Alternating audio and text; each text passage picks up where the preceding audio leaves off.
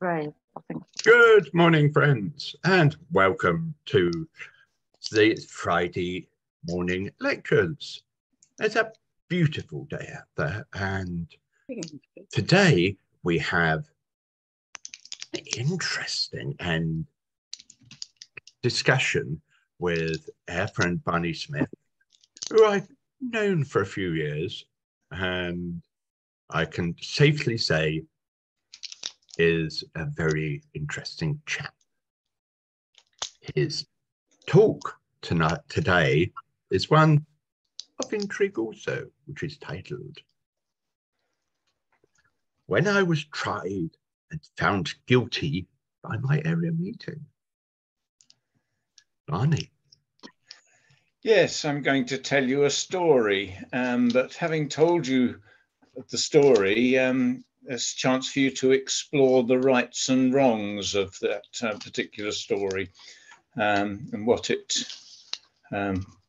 lessons we might draw from it, and so on. But anyway, I'll tell you the story. I'm taking you back to roundabouts 1985, when I and my wife were members and wardens of Dorchester Quaker Meeting House, and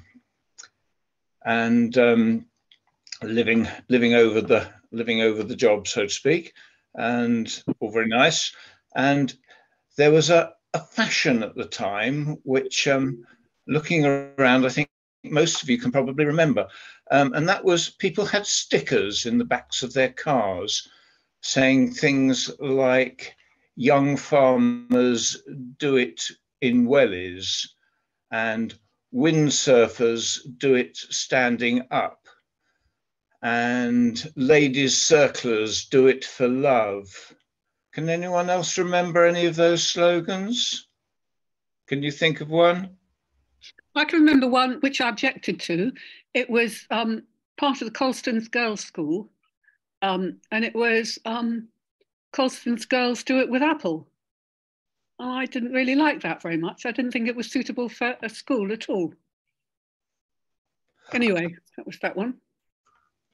I don't even get it. Well, it's saying they use Apple computers. Oh, they had them in 1985, did they? Well, whenever they did have them, it was just announcing that Colston's Girls' School used Apple computers rather than Microsoft. Right. But they, instead of saying Colston's girls use Apple computers, it was Colston's girls do it with Apple, which I thought and told them was not acceptable. And it's not even funny. But no. Not even funny. Anyway. Any others? Can people remember? No, well, I thought... Hippies do it with love. Ah, as well as ladies circlers.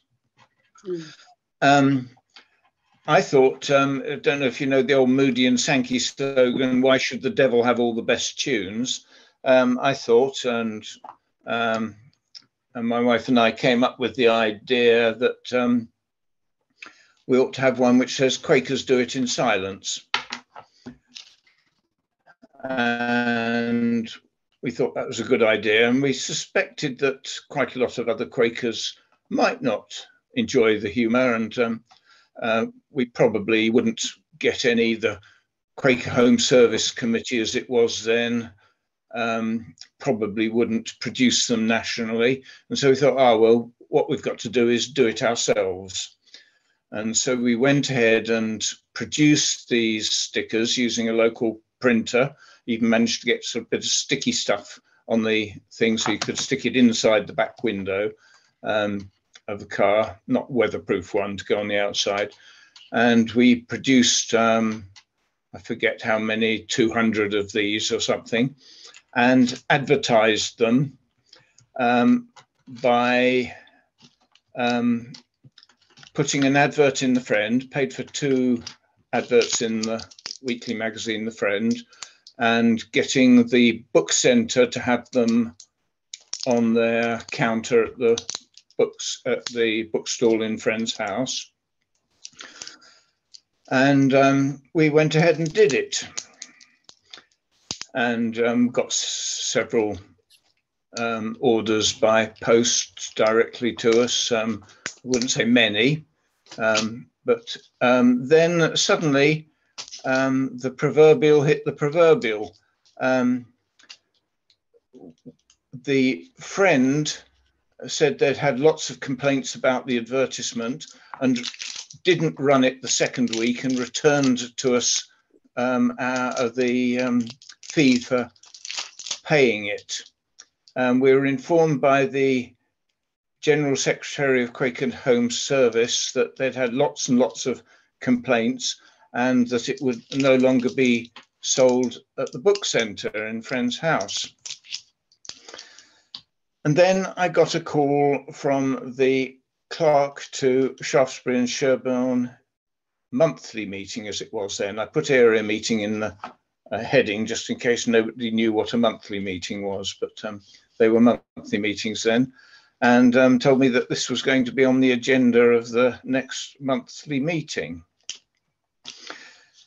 And so I went to monthly meeting, and the item came up on the agenda, and I was asked to explain myself, my interest in outreach and how I wanted Quakers to be known and in the general population, and people to sort of inquire about what they were about. And I was asked to leave the room. And I left the room and hung about outside, not eating the area meeting tea, which was laid out there, but just waiting to find out what happened. And I was out there for about 20 minutes, waiting on whatever deliberation was going on inside. And then I was called back in, and the minute they had agreed in my absence was read to me. I do wish I'd had a copy of the minutes, but they didn't have copies of minutes didn't go out by email in those days. Once a minute was made, you were supposed to remember what it said and put it into action without being able to refer to it on your laptop. So I never did have a copy of that minute, and I've only got my sort of recollection of it. But basically it said, you're a good chap, Barney, and we like your interest in outreach and your enthusiasm, but we don't like this advertisement. And somebody said to me later, what they mean was stop selling it. But it didn't actually say that. So it didn't, it just gave the monthly meetings opinion on what I was doing, and that they didn't approve of it. So that's the main bit of the story. There's a sort of a sequel. 10 years later, Young Friends Central Committee, as I think it was still then, it is now Young Friends Young Friends General Meeting. I can't remember quite when it changed, but around about that time, produced a sweatshirt with Young Friends Do It in Silence on the back. And they sold it at Warwick Yearly Meeting, and it was quite popular. And the clerk to Yearly Meeting wore one while presiding over a session of Yearly Meeting. And one of the Dorchester friends bought one and came home and with a little brown paper packet and said, Barney, got a present for you. You're always ahead of your time. And it's got this sweatshirt saying Young Friends Do It in Silence. And I couldn't wear that because I was definitely not a young friend. So I passed it on to a cousin, niece, I should say. And I don't know whether she thought it was funny and wore it or not. But that's my story. And the discussion is, what did I do wrong? And was the area meeting entitled to tell me to stop doing it? So that's really what I'm flagging up.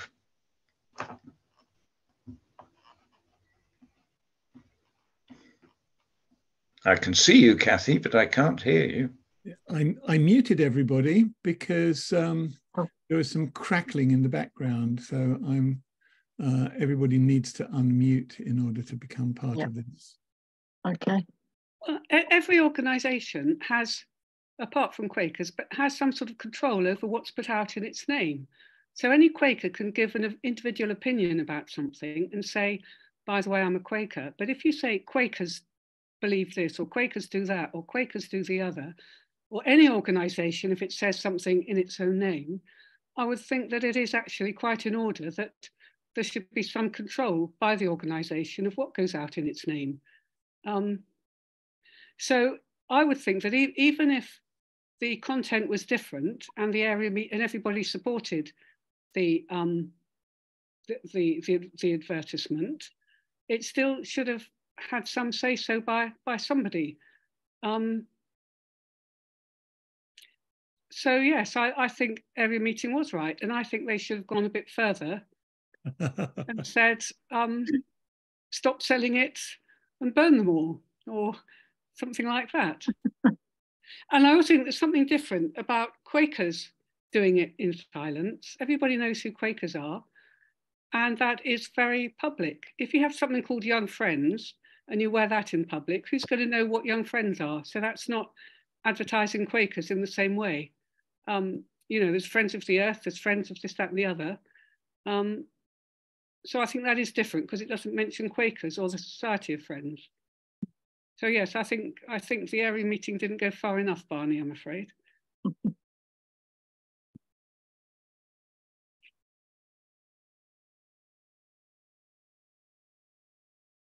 Of the things about that is the fact that the Young Friends and work meeting, that I know the one, Barney, because as I was there working with the Young Friends. But the fact that it was done by the Young Friends who older Quakers think of as the young rebels of their society. Therefore, they are given a little more leeway than worthy friends. And sadly, Barney, you were classed as a worthy friend. And worthy friends don't go around doing things like that, do they? I think it's that type of attitude. Hopefully we have got less tied to those attitudes and wish to go further with that. But I don't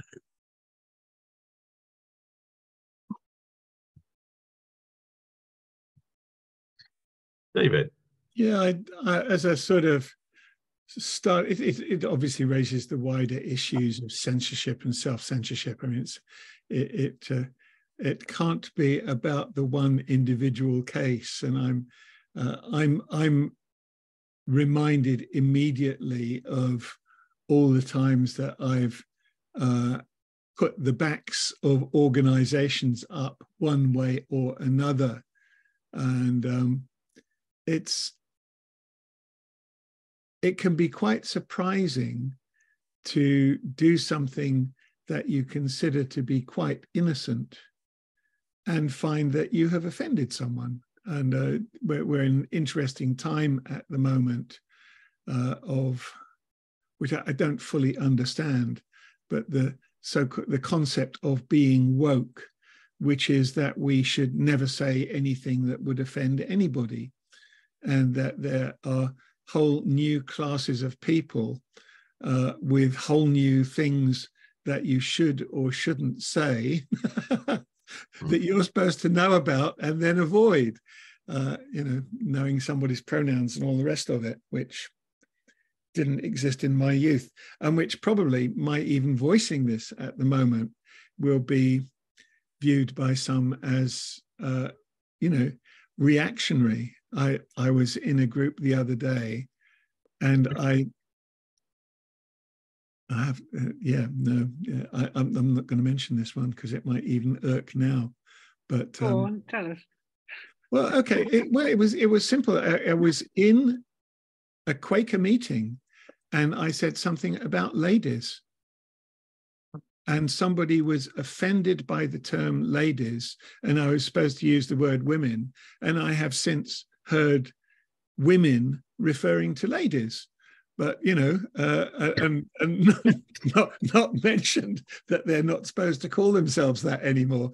And one can end up being confused. So I'm actually interested, Barney, if to turn this into a question, which is if you still feel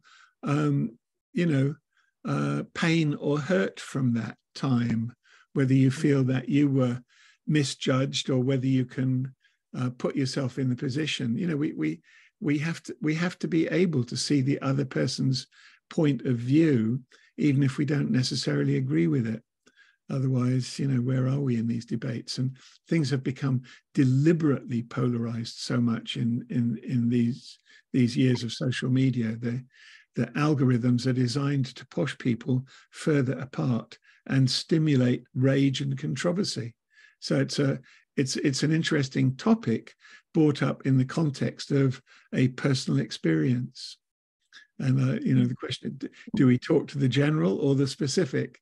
But I'm wondering if it's still if you still have, if you like, some energy around it, Barney. If you still feel misjudged. You're muted. Yeah, I'd say guilty as charged. I'm very slightly miffed that I couldn't hear the discussion. Yeah, I think that would have been enlightening for me, but of course it might have inhibited people's contributions. And I did hear sort of personally from one or two people, for one person, the slogan, "Young farmers do it in wellies," made her instantly think of rape. And people have different life experiences and therefore react differently to a particular set of words, because that wouldn't never have occurred to me that might have had that connotation.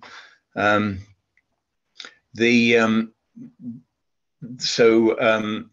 I think it would have been good if the minute had been more explicit and if I'd been given a copy of it. That's a peculiar thing that not actually have a copy of that minute, but say the technology then wasn't conducive to copying. Even somebody would have had to have written it out, or taken it to a copy shop and got it photocopied or something. It's interesting how we live in a very different world. Yeah. For the life of me, I can't think how we managed to organize things without mobile phones and laptops. Organize young friends gatherings in youth hostels and places, and it's all done by snail mail. Amazing. So yes, guilty as charged, and friends were quite right. And I'm very aware that I was culpable in that I knew that no convened body of Quakers would have produced that advert. I'd worked that out for myself, and therefore deliberately, not maliciously or anything, but consciously went outside Quaker discipline there, which I think is just as Kathy expressed. Isn't it that this is innuendo and that Quakers don't speak innuendo? Yeah. Some people had problems with that. One person over the monthly meeting tea said to me, "It's not true of me." And I think she wasn't referring to worship.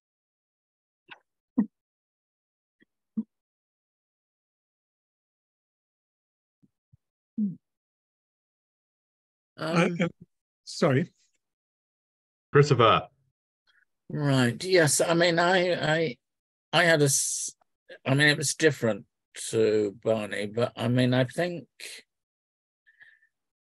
it's something that slipped out of Quaker faith and practice, because I know, doing historical research, when friends were uneasy about something that somebody had been done, you know, a couple of weighty friends would be appointed to, you know, visit them and find out what was going on and report back.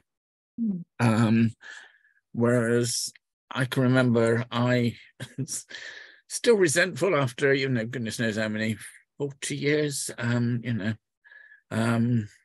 or whenever it was, when, yes, I was asked to come to a preparative meeting, which at the time wasn't my own, and to talk about a role I had in the area meeting.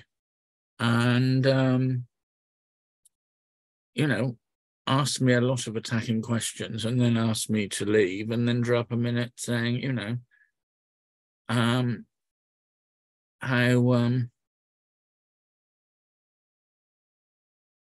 wrong they thought I was, I think, basically.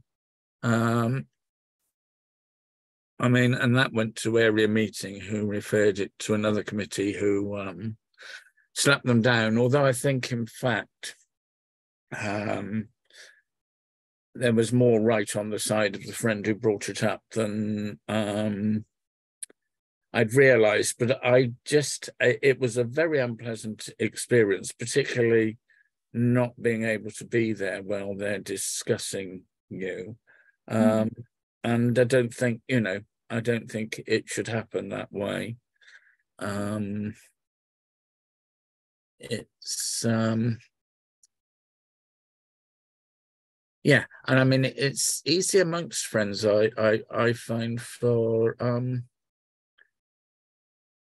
a certain amount of hysteria to arise. You know, it's very easy to say, yes, but what if, or you know, well, you know, hasn't happened, don't worry about it. There is a lovely anecdote from very early in Friends, when they set up a meeting called Second Morning Meeting, because it met on a Monday morning. And one of its tasks, it had several tasks, but one of its tasks was to actually look at any document that Friends were thinking of publishing. And anyway, they decided not to publish something by George Fox. And he was absolutely livid. He said, I didn't set up this committee so it could censor me, you know. Hey ho. But yes, I think because we're not very good at conflict with each other, we're not very good at you know, when it's necessary, actually doing it rightly.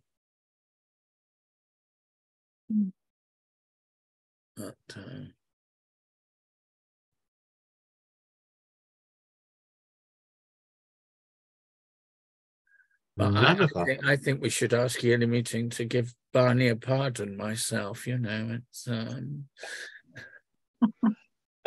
Christopher, you said this thing was referred to area meeting, you referred it to a committee. Did it have a constructive outcome? Well, as far as I was concerned, it did, because they slapped the other people down. It was General Committee who dealt with it, who, you know, we have trustees now doing the same thing.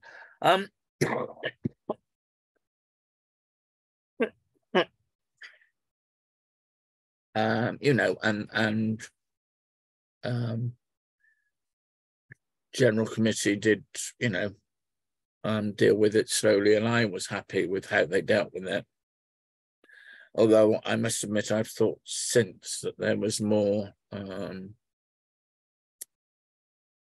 truth in what this Redland attender had brought up than what we said. But I just think it was certainly the meeting, I think it was handled very badly. And yeah, but then, you know, as I say, Quakers aren't very good at that sort of thing.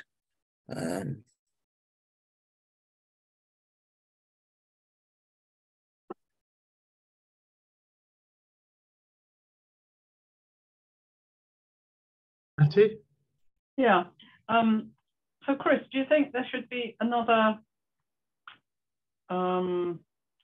step, which means that a problem is brought up, or somebody's upset is brought up, and then this process of a couple of trustees or elders going to talk to somebody would be a better thing, just to say, you know, explore it with that person. So there's more of a discussion than a committee having a discussion with you outside the door.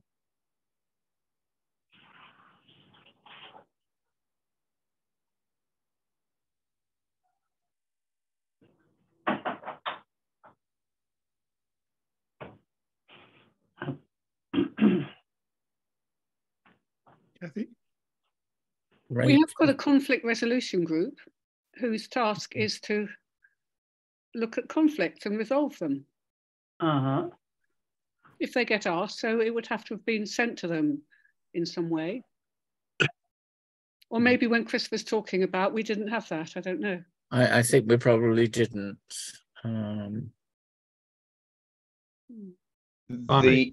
The conflict resolution group is usually, I mean, it's very useful to have it, but it's already too late.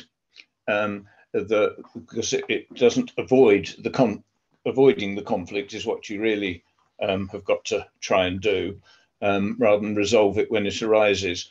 And clerks have a certain amount of power in terms of what business comes to whatever meeting they're clerking. And if they can spot that it looks like, from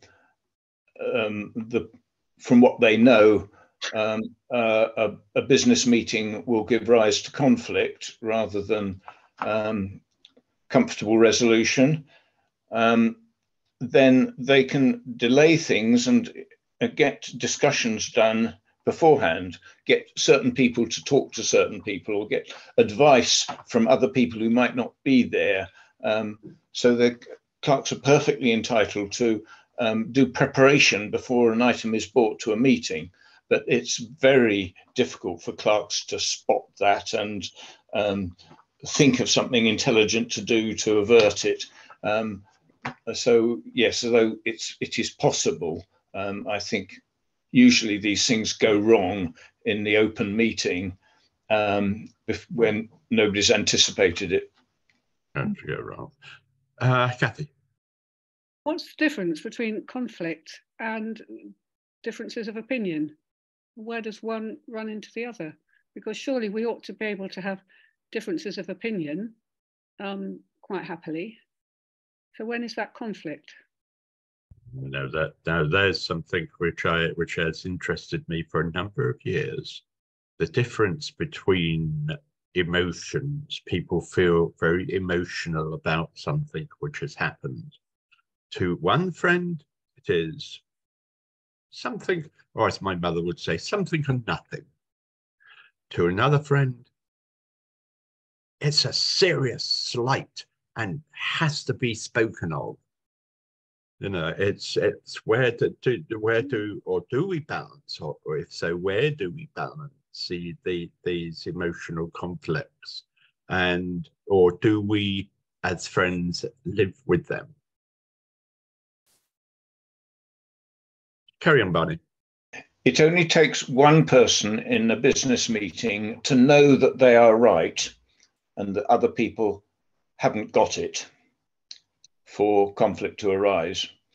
And the ability to come to a business meeting with your opinions and your information and share them and listen to other people's opinions and information and take that on board without assuming that you are right and what you thought of in the first place ought to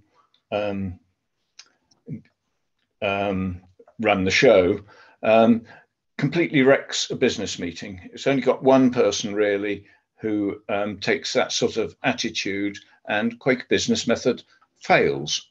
And it happens.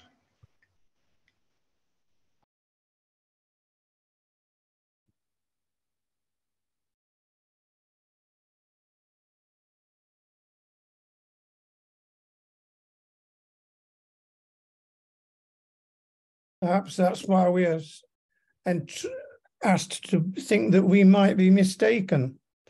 Where are we? Oh, Jeffrey. Marion. Muted. Yeah, I think she's trying to not be muted. Yeah, there we go. I've been here all the time listening, but I just wanted to add a couple of things. I've done a sort of I used to be part of a team where people at Friend's House would sort of direct one or two of us to go and sort out another meeting. And some people are very intransigent. I remember going to do a mediation in the West Midlands, and there was it was between there was a member of the meeting who, I mean, basically he was being objectionable. He was being objectionable to other people.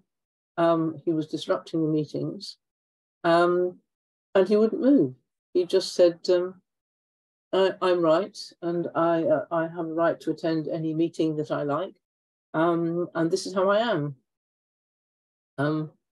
I actually concluded afterwards, after trying very hard to kind of get some kind of movement. The dispute was somebody who was representing the meeting in Elder, I think, actually writing to them and saying, well, you know, you have to take some other Quaker traditions and deal with him. You know, he's simply being out of order. You know, because it's not fair to Quaker meetings to let one person totally disrupt things or be objectionable to people so that everybody leaves. So you know, there are some people who are very intransigent. On the other hand, you can sometimes get some movement by again kind of use of sort of Quaker means. I remember for a while I was Emmy Legg and I were sort of joint clerks of Redley Meeting, and there was some business, I can't remember what it was was quite contentious. Views were aired, both sides, and we asked for a period of silence.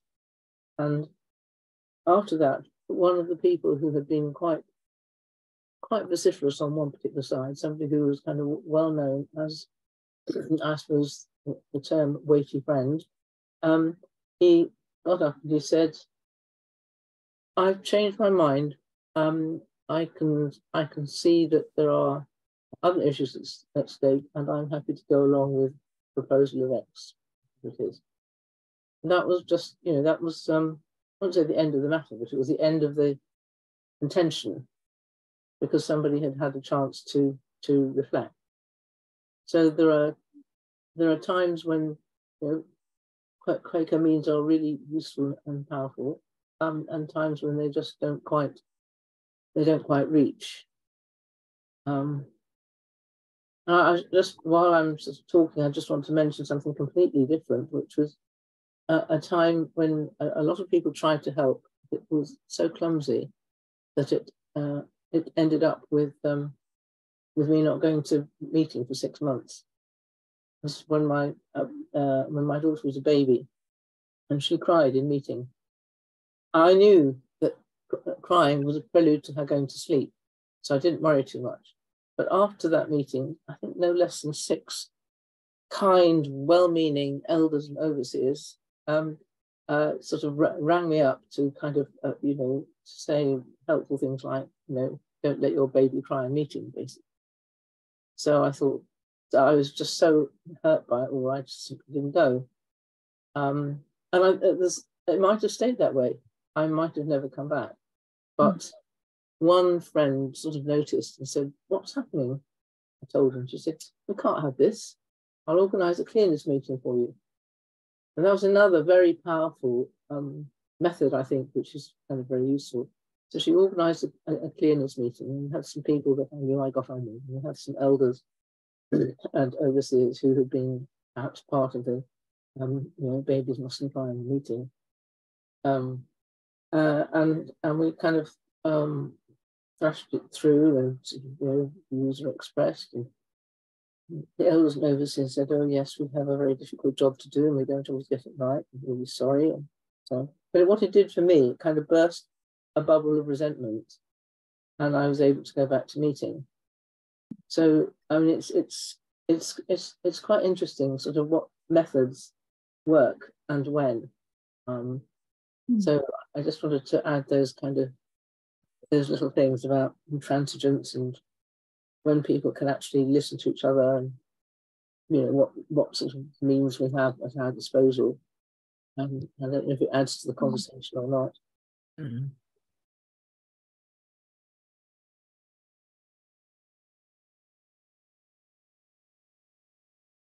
There is one conflict which I am sure numbers of friends would remember, because it was, I don't know how it worked out in the end. That was when a Redland friend decided that they did not wish to be male anymore, and they were going to become a female and were to be acknowledged as a female, and then felt a number of hurts because she felt that she was not being accepted for posts within the meeting, which were, of course, hers by any means that she could think about. This produced quite a interesting situation, because said friend came to Central for a while. We're still very unresolved issues. But I would say a part to that is that we all need to accept each other and understand each other and care for each other and such like. But sometimes, and even with me, I know I can hear your shocked voice now, our egos get in the way sometimes.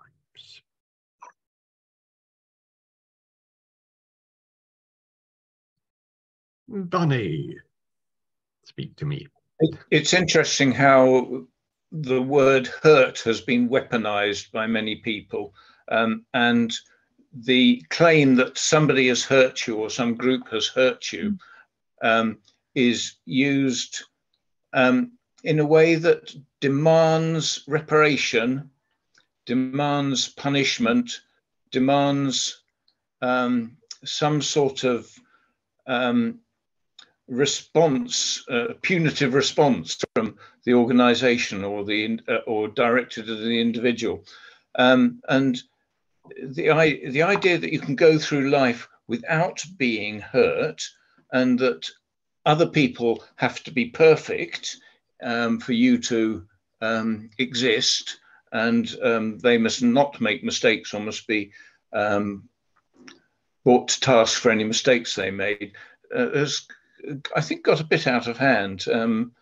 I think that there's an element there of somehow wanting to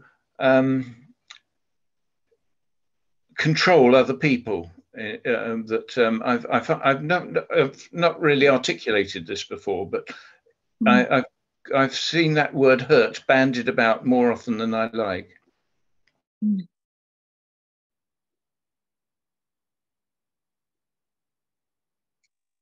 Hattie. Partly, I think it's what you do with your hurt. I think if your behaviour is unacceptable thereafter, I think that needs to be talked about, because I think that behaviour, it can be a problem that's intolerable, and yet you can still stand by and appreciate the person, help them and be kind towards them. but when I expect when you receive bad behaviour that you feel is unwarranted, you want to walk away, or you want to tell the person, don't talk to me like that. And, there is a limit to bad behaviour, excuse me. And I think that, well, I'm not asking to be excused, but I just think there is a limit. So if somebody's disrupting a meeting, they need to be asked to go somewhere else, not to that meeting. Anyway, there you go. And David's. Marion, I'm happy to follow Marion. Oh, so I was just going to say that, but I don't know if it's the same instance that Ray was describing, but I was a member of Redland Meeting at the time. And what was interesting, but also a bit distressing, was that the meeting mostly divided into two camps. One camp just was kind of exhibited the kind of well-known prejudicial comments of sort of intolerance. The other camp was full of sympathy and was sort of led by a psychiatrist into all sorts of workshops to understand what was going on. And for me, I kind of thought, I actually don't belong in either of these camps. Actually, this is bad behaviour. And there was, I think, one other person that shared my views, who tried to kind of remonstrate and suggest and befriend the person. I felt totally outside it, but it was interesting, this thing about bad behaviour. I just thought this is somebody who's disrupting the meeting, who's shouting at people, who's throwing their weight around, and it's just not acceptable, and it's not helpful to be slinging prejudicial epithets around, but neither is it helpful to to medicalize it and put it in those kind of terms. So it was kind of quite interesting. I didn't feel able to partake in either group, but it was interesting from that point of view, from the way that things can just divide meetings without any without any kind of ability to kind of bring people together and sort of try and work out something that's I can say a bit more sensible, really.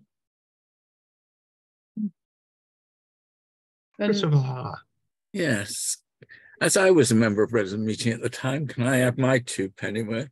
I mean, one of the things I felt about this situation was that, in fact, the friend who was being, disruptive, going for the change, actually had too much effort was put into supporting her. I think there was an area meeting committee of about a dozen people or something, to help her through a journey. And I must admit, I thought, well, could some of this effort not go into, the minor problems that some of the rest of us are coping with all the time? And I think one of the interesting things to me that came out of that was that one of the psychiatrists who got involved in it said he met somebody later on after she'd moved on and discovered that this person had been behaving in exactly the same manner when she was a man and when she was a woman. Whereas a lot of people had assumed it was to do with the hormones that were being pumped through her.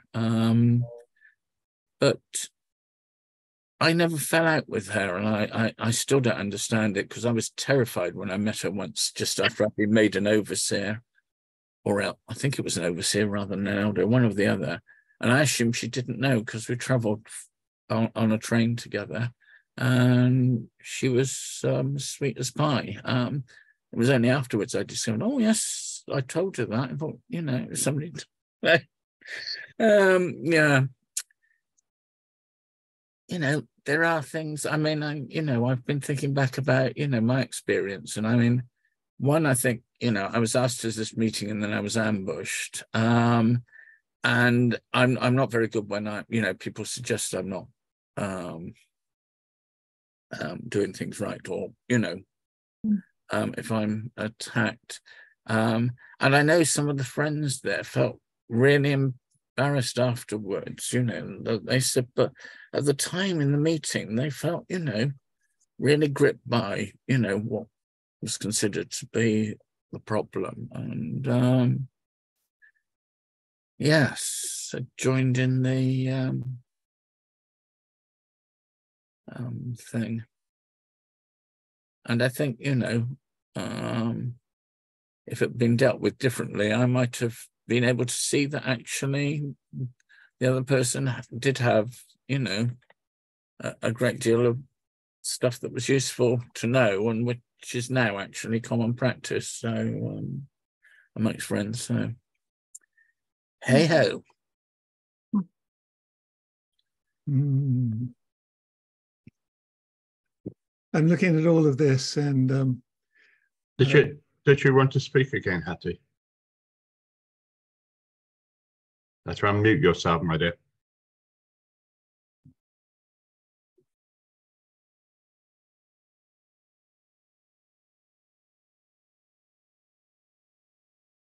Still can't hear you. Unmuted.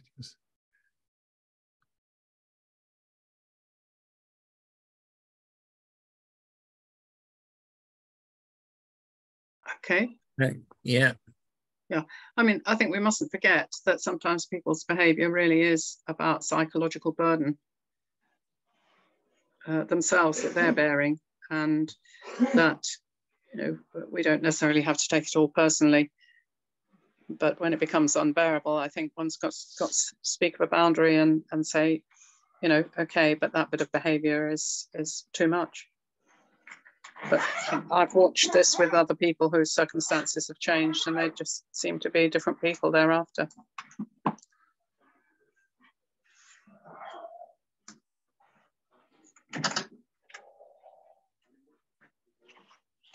David. Just to go along with that, there's a whole piece about dealing with trauma and healing trauma, and how people are affected by traumatic events, and that affects the way they communicate in groups. But then going forward to that, there's I was in a community once that ended up with a kind of chaos in the community.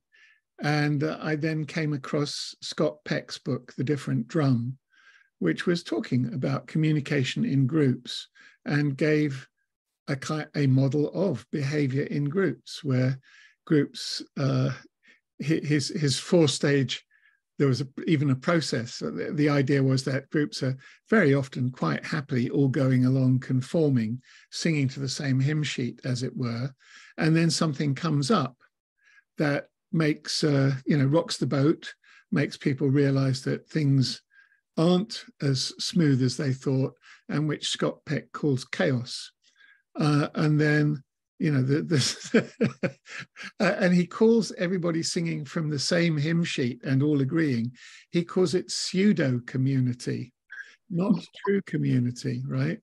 And then what's needed is a whole process of people learning to communicate at a deeper level with each other, until which he calls variously emptying and unmasking, until you end up in a deeper harmony. It shows up in the movie MASH, when Hot Lips Houlihan turns up and causes ructions, and at the end she's seen, in with the whole group, accepted. They've shifted to a level, and this person who is a real misfit has become part of a deeper community that they've formed. And Otto Scharmer, an American teacher, talks about the difference between dialogue and debate. He talks about listening with an open mind. So if we're in a discussion and I'm just waiting to get my counterpoint out, as it were, you know, and then you're listening to, got to wait for him to finish his bit now before I can say my piece. That's debate, just going backwards and forwards, scoring points. And he's saying real dialogue is when we are, when we're, what is the word? We're querying, you know, we're open. And then he talks about deeper levels of being open mind, open heart, and open will. And if you can get people to a real level of deep communion, which he calls presencing, which bears some relation to Quaker silence, then new ideas can emerge, not just everybody having a chance to make their old point or bash against each other. And I think there's real value in that. I would love to see us explore things like that. And I have a book here called The Lemurian Scrolls, which talks about different forms of governance, including democracy. And it talks about the highest as being consensualocracy, for finding a way where everybody is deeply agreed about what's to be done. Right. I would say, friends, that a Quaker, and I will remain a Quaker, basically because, oops, someone's disappeared. Basically because we are the rebels. We are the risk takers occasionally within a greater society. And that is why I stay, that is why I will continue to stay, because we don't conform to, as a very homogenous group, and go forward to the boundaries type of thing, you know. Quakers are considerate, Quakers are understanding, they are, and they're also rebels, which I think is a very good thing, you know, and will continue to be a good thing. As that phrase goes, we stand on the shoreline and watch out in the sea. We are the edge of the waves. That is where we stand, because that is where conflict is. And I think, without wishing to preach, that is where we need to be.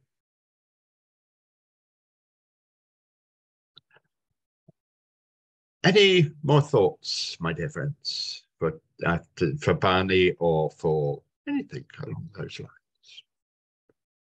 Well, I'm interested to ask Barney if what he feels he's gained from this discussion, dialogue.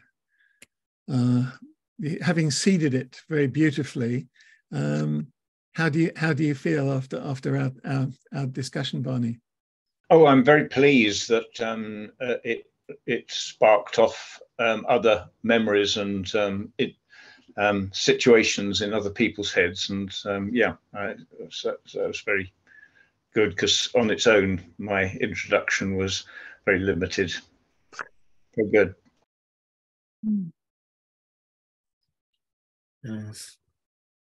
Yes, I must admit I had hoped you'd been rather naughtier than that, but never mind.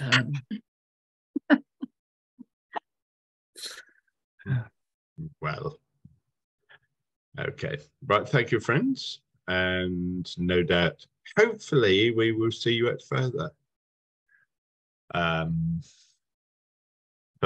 Friday discussions, because you never know what you're going to get. So, thank you, friends. And good morning to you all. Thank you. Thanks. Thank you.